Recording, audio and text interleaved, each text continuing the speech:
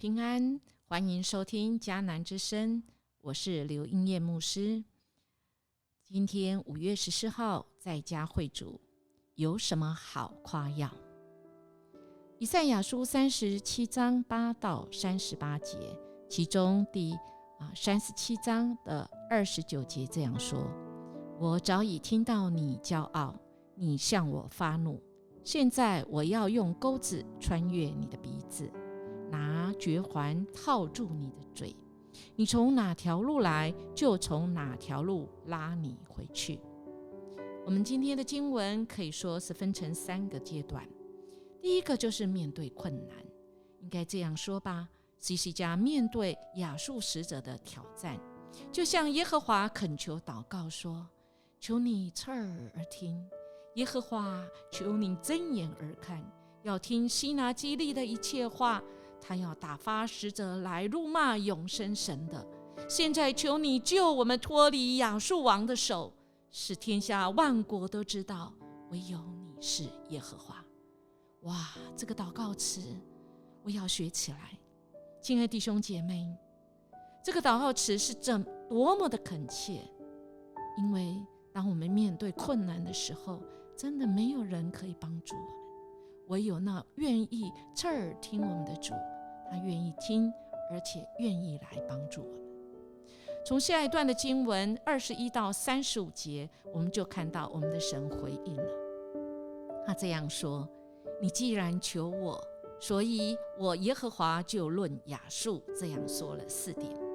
亚述是希西家的敌人，我们的主怎样回应那敌人将要面对的是怎么样的境况呢？4点其中第一，敌人要被藐视；第二，这个敌人亚述亵渎以色列的圣者，那么他就要被神来攻击；第三，亚述没有听见神的作为，那么他就要慌乱，就要被荒废；第四，亚述一切的话神都听见了，那么他就遭殃了。神的回应是没有证据的吗？不，我们的神愿意让我们知道，我们求告他的人知道他的回应是有一个证据的。我们从30节，神赐给以色列一个这样证据，说：你们今年要吃自生的，明年也要吃自长的。至于后年，你们要耕种收割，栽植葡萄园，吃其中的果子。多大的应许啊！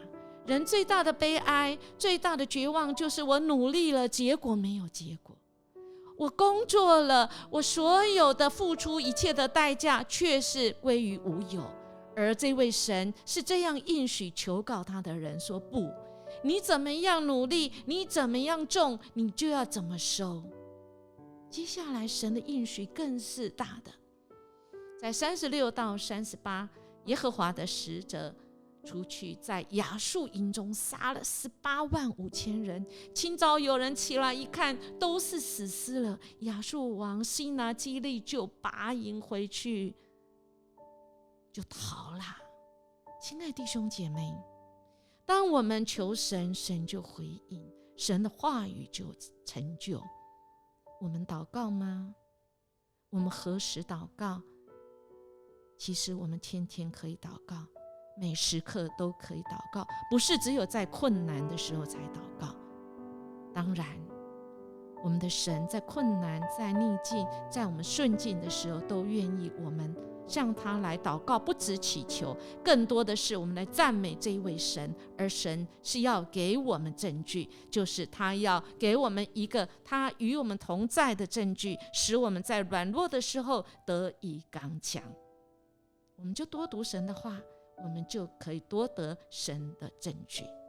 我们一起来祷告。主啊，我要感谢你今天用你的话语使我再次警醒，我不要自高自傲，我要在神你的面前谦卑，我要常常来敬拜，来赞美你。求神来使用我，我一生都能够被神你来用，成为神你有用的器皿。谢谢主，这样祈求祷告，奉耶稣基督的名求，阿们。愿我们今天可以活出尊主为大、荣神益人的见证。如果你喜欢我们的节目，请订阅，并且给我们5星级的好评。我们明天见。